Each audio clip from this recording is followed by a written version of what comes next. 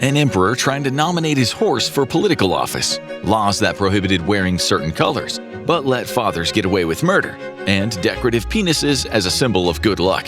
What was going on with ancient Romans? Find out in today's episode of the Infographic Show. Unbelievable stuff they didn't teach you about the Roman Empire. Roman Laundry Day. It's no secret that hygiene standards have changed a lot over the years. But did you know that ancient Romans washed their laundry with a, well, let's just call it organic detergent?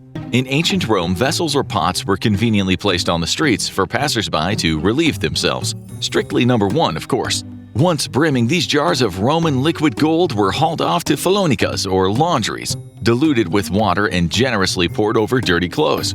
There was a real scientific basis for this practice. As gross as it sounds, ammonia, which is present in urine, is an alkaline material that can neutralize the slightly acidic stains of dirt and grease. At the laundry, the dirty clothes were dunked into a barrel of urine solution, where workers would channel their inner grape stompers, squishing and squelching until those fabrics were clean. Well, stain-free at least. While the average Roman was cleaning their togas with pee, the Roman nobility was getting up to even more unsavory activities.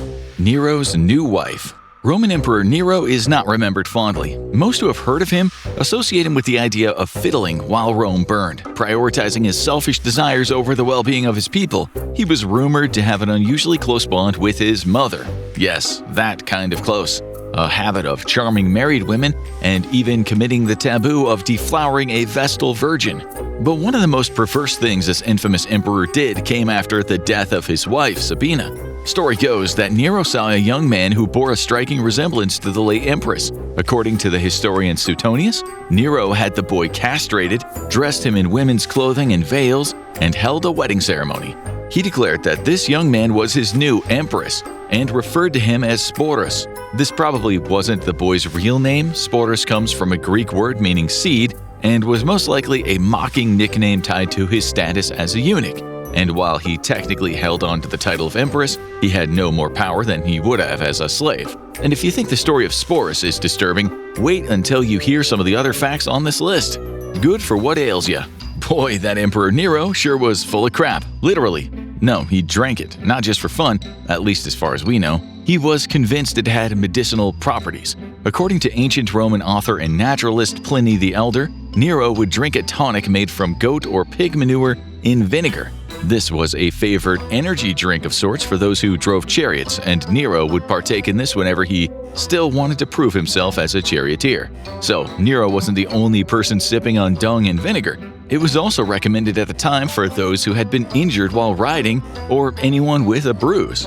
Other versions of this Roman energy drink included plant ash mixed with water or vinegar, a calcium-packed cocktail that was less electrolytes and more earthy surprise. Sure, it wasn't as tasty as Gatorade, but it beat the alternative of chugging down dung, plus it came with an added bonus of not questioning your life choices mid-sip.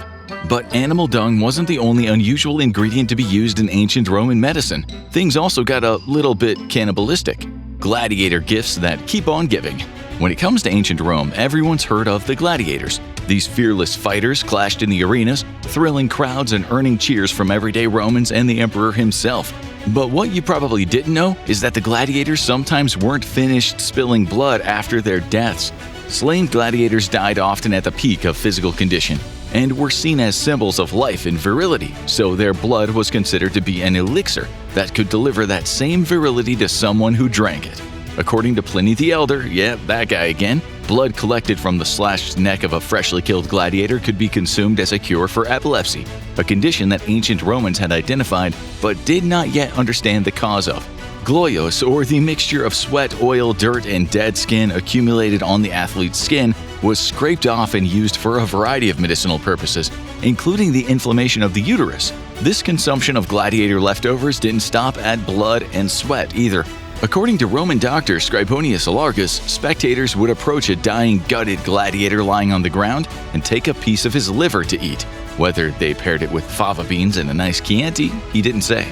Roman foodies. Ancient Romans didn't just enjoy bizarre eats for medicinal purposes, they also ate weird stuff for fun. Well, the wealthiest Romans did at least.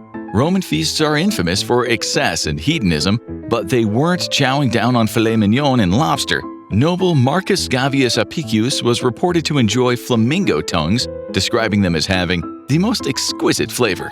Another favorite food of the wealthy was dormice, which were fattened in special jars before consumption. But the grandest and weirdest dishes were reserved for the emperor. Emperor Aulus Vitellius was supposedly fond of a grandiose dish called the Shield of Minerva. This was a gourmet gauntlet made up of pike liver, the brains of pheasants and peacocks, flamingo tongue again, and lamprey milt. Milt is, well, there's no way around this, it is the seminal fluid of a fish. Anyway, speaking of penises, the wang of luck. If you've ever cracked open a history textbook and spotted a phallic doodle left by a previous owner, you probably rolled your eyes or chuckled. Annoying, maybe. Funny, sure. But in ancient Rome, that little sketch might have been considered good luck. In ancient Rome, drawings and carvings of penises were used to ward off misfortune, but they went beyond doodles. The symbol of the Fascinum, or divine penis, popped up all over ancient Roman society in wind chimes, sculptures, and most notably amulets. Children wore amulets in the shape of the Fascinum in order to protect against illness, which they were especially vulnerable to. Nearly half of children in ancient Rome died before the age of 10, so parents desperate to keep their offspring safe turned to this symbol of good fortune. Fascinum amulets were also hung from the chariots of generals, or in the words of Pliny, it's from the image of this divinity that is attached beneath the triumphant car of the victorious general, protecting him like some attendant physician against the effects of envy. Some of the penis amulets or bullae even had wings like some sort of phallic Pegasus. These wings were thought to make the symbol more powerful and more capable of protecting against the evil eye or invidia, also known as a sense of envy. Hey, it was definitely better for your health than drinking random gladiator blood. But you know what's not good for your health? Murder. Father knows best. Ancient Rome was a patriarchal society in which children and women had few rights of their own. Just as the emperor had absolute power over his citizens, the father had absolute power over the members of his household. The oldest living male in a family was known as the pater familias, or father of the family, and that was the only family member allowed to own property. His family were considered to be part of that property. Now, when we say absolute power, we mean it. The paterfamilias had the legal right to choose whether his children would live or die, and he could kill them with impunity if he wanted to. Or if he was feeling generous with the children he wanted out of his life, he could just sell them into slavery instead. But in spite of having beliefs that seemed barbaric through a modern lens, the ancient Romans were perfectly happy to write off other cultures as being barbarians in their own right. For example, members of one of the biggest religions in the world. Thoughts on Christianity. For much of the Roman Empire's existence, Christians were regarded with suspicion by the Romans. After the Great Fire of Rome in 64 AD, Nero chose them as a convenient scapegoat and went out of his way to persecute them. But there were already unsavory stories about members of this new religion circulating. The practice of communion was mistaken for actual cannibalism, rather than a symbolic act. Others accused early Christians of practicing incest or killing babies. Of course, the religion still managed to persist in spite of the scrutiny. Maybe you heard of it. Anyway, enough about religion. Let's talk about some more bathroom stuff. Braving the bathhouse. Roman bathhouses were all about relaxation and maybe the occasional steamy rendezvous, but the public toilets, a whole different vibe. Popping in for a quick pit stop could literally cost you your life. Citizens who braved the public bathroom would face rats or other vermin crawling up from beneath them and biting them on the butt, and that's if they were lucky. In other cases, buildup of hydrogen sulfide and methane could cause the toilet to literally explode and burst into flames while they dropped a deuce. There were even legends of demons that haunted the bathrooms, resulting in an art of the goddess Fortuna being placed on the walls to ward off such evil forces. Romans believed they were especially at risk while they were naked. But even if someone made it through their trip to the restroom without getting bitten, blown up, or dragged to hell, there was still misery waiting. There was no toilet paper in ancient Rome. The only way to wipe was with a sponge on a stick. And yeah, it was communal. So even if they escaped rabies or third-degree burns, there was still the possibility of leaving that bathroom carrying a disease that they did not walk in with.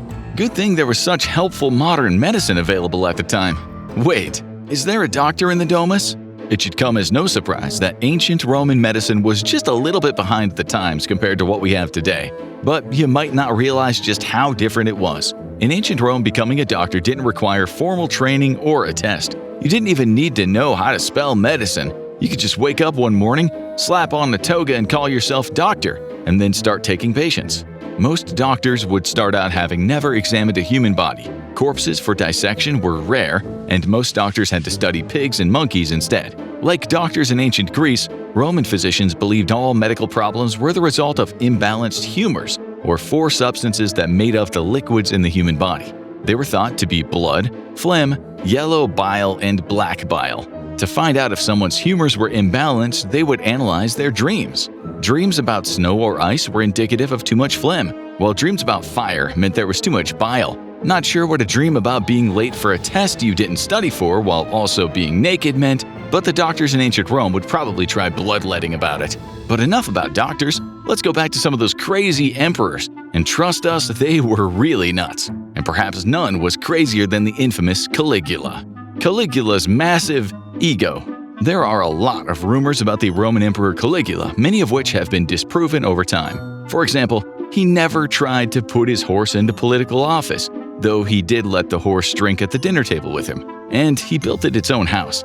But one thing archaeologists have uncovered about Caligula is that his delusions of grandeur went beyond even those of his predecessors. He considered himself to be a god, expanding his palace to take over one of the city's most important temples. He also attempted to have a statue erected in the Temple of Jerusalem. He insisted that senators bow before him and kiss his feet, effectively worshipping him as a god, and supposedly even declared war on the sea itself.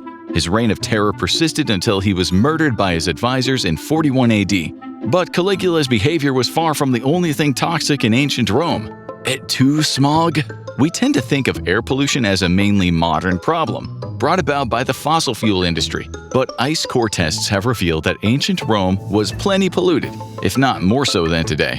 Researchers testing ancient Greenland ice discovered significant increases in atmospheric lead corresponding to the rise of Rome, 4 times as great as natural values from 500 BC. The ancient Greeks first implemented lead smelting on a large scale, but the Romans smelted even more lead.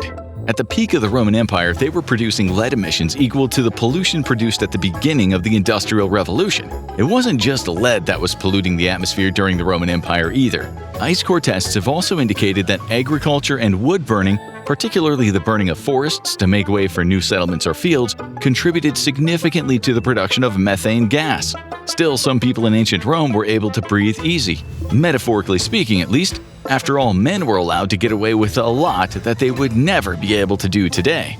Love laws, Roman style. In 18 BC, the first of the Augustus marriage laws were introduced, making adultery illegal and potentially punishable by death. Well, punishable by death if the cheater was a woman.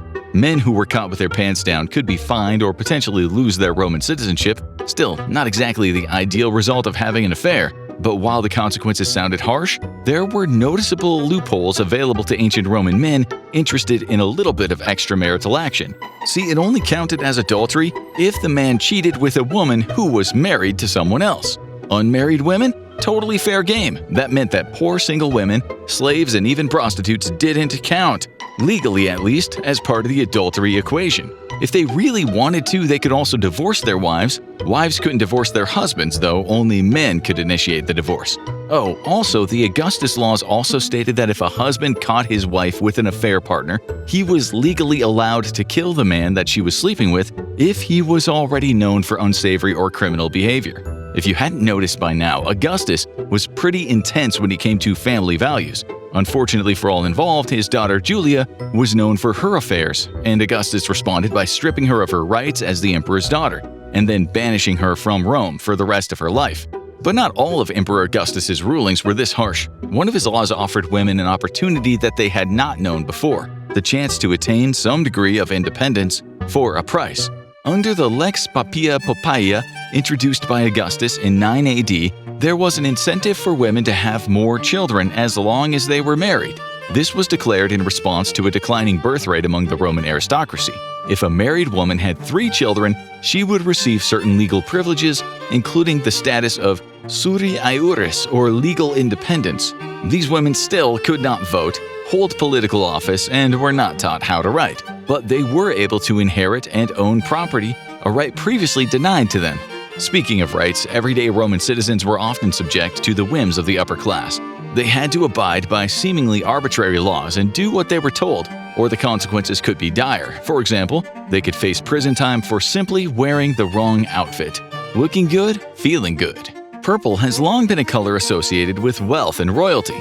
This is largely due to how difficult purple dye was once to manufacture, relying on ingredients that were rare, expensive, or both. Tyrian purple was a dye made by the Phoenicians, which could only be made by extracting the color from massive amounts of shellfish native to what's now modern-day Lebanon. When we say that this dye was rare, we mean rare. It took 12,000 murex bendares, the snails that could be used to produce it, to make 1.4 grams of dye. So, Tyrian purple clothing was a massive status symbol, and the Roman aristocracy wanted to keep it as exclusive as possible. So, a law was passed declaring that only the most elite Romans could wear this glamorous purple cloth. Even then, the amount of purple they could wear was limited. Roman senators could wear a purple stripe on their robe. Roman generals celebrating a victory could wear a purple robe with gold trim, but only the emperor could wear an entirely purple outfit. If someone too poor for purple was spotted wearing the color, they would face fines, public humiliation, loss of property and title, and even death. Talk about a fashion victim. And if you thought that that would be the only example of Roman law governing people's aesthetics, well, you would be wrong. Blonde ambition. While those of a lower social standing were forbidden from wearing Tyrian purple, women working with a specific profession were legally required to have a certain hair color. The oldest profession, let's say. That's right, prostitutes were, for a time, legally required to have blonde hair. Some dyed it using a mixture of ashes and certain plants, while others simply wore a wig that had been dyed to the correct color. Either way, a head of blonde hair was a surefire way to recognize a lady of the night. Maybe that's why gentlemen prefer blondes. Eventually, as the empire brought in more slaves from Germany and Scandinavia, wigs made from their blonde hair became all the rage. Noble women started going blonde too, making the old hair-based laws a thing of the past. As for whether or not blondes had more fun, well, that probably depends. Man's best friend. For lower-class Romans, animals often had jobs. Laconian and Molossian dogs were used for hunting and guarding livestock, but others kept animal companions. For example, aristocrats were fond of the Meliton, a breed of long-haired lapdog with short legs and a pointy nose. Archaeologists discovered an ancient Roman epitaph for a beloved dog, giving us an idea of how pet owners back then talked about their furry friends. As it turns out, a lot like we still do today. It reads, "How sweet was she, how kind, the one who lie in lap while alive, always a friend in sleep and bed.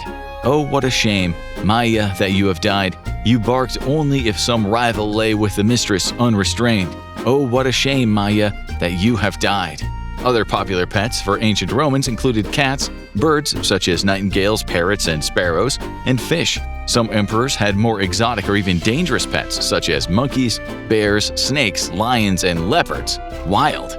Emperors as a whole don't have the best reputation. They're mostly known for unsavory behavior like fiddling while your city burns, or sleeping with the senators' wives, or being killed by their own advisors.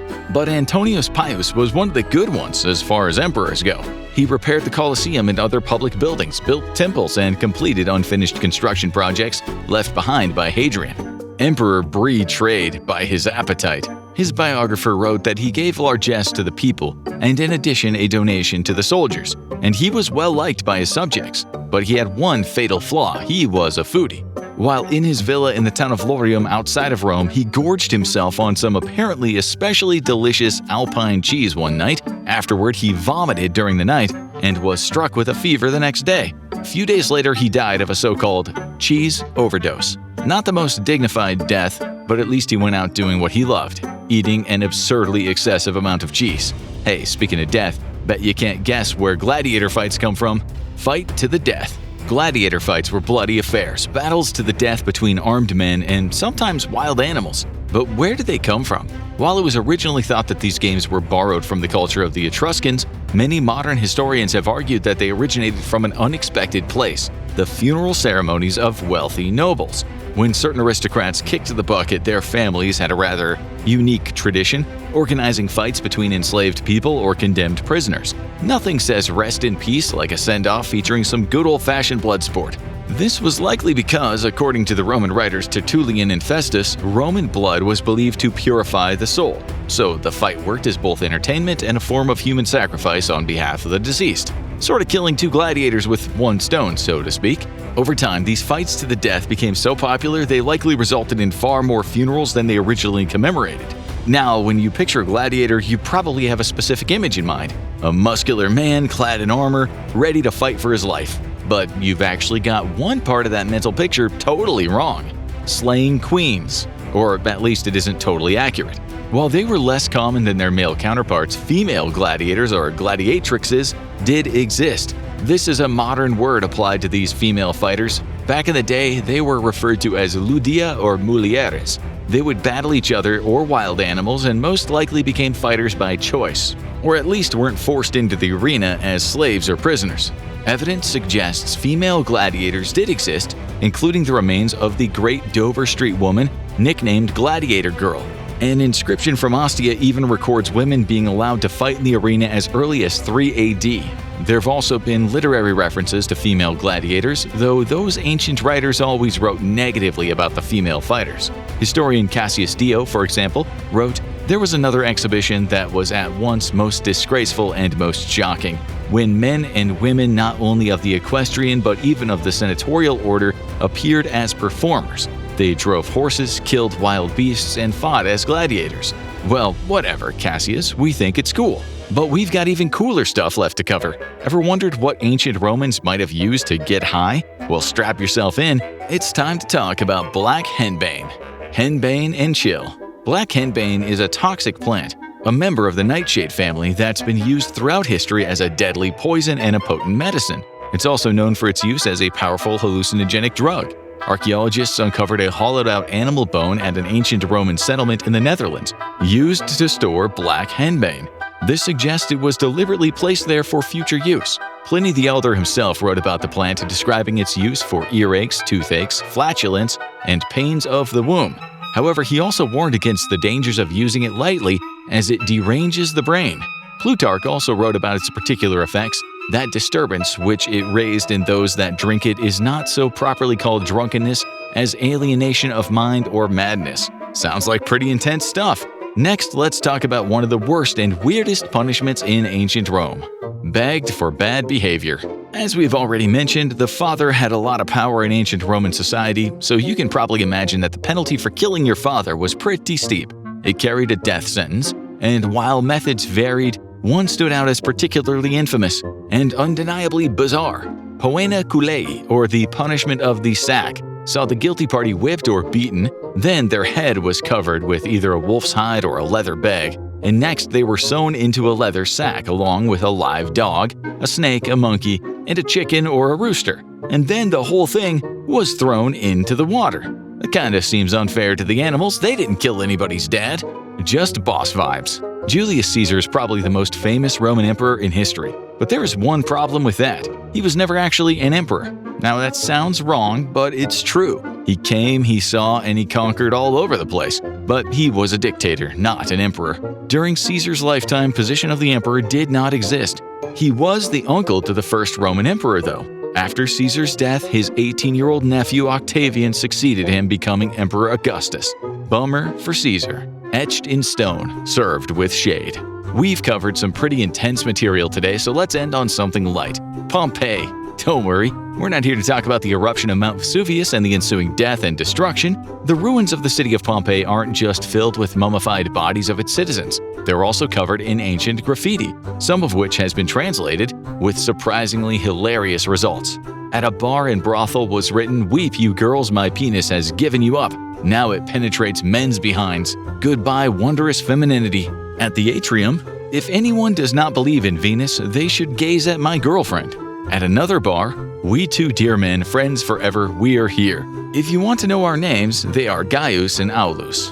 There are dozens of examples of translated graffiti, all snapshots of humanity from the mundane to the filthy to the wholesome. Back in the days of ancient Rome, people were bragging about sex, celebrating their loved ones, and cracking dirty jokes, just like they do today. As history marches onward, things change, but they also, in so many ways, stay the same. Which Roman fact blew your mind the most? Share your favorite or add in one we missed in the comments. Now check out unbelievable stuff they didn't teach you about ancient Egypt, or click on this video instead.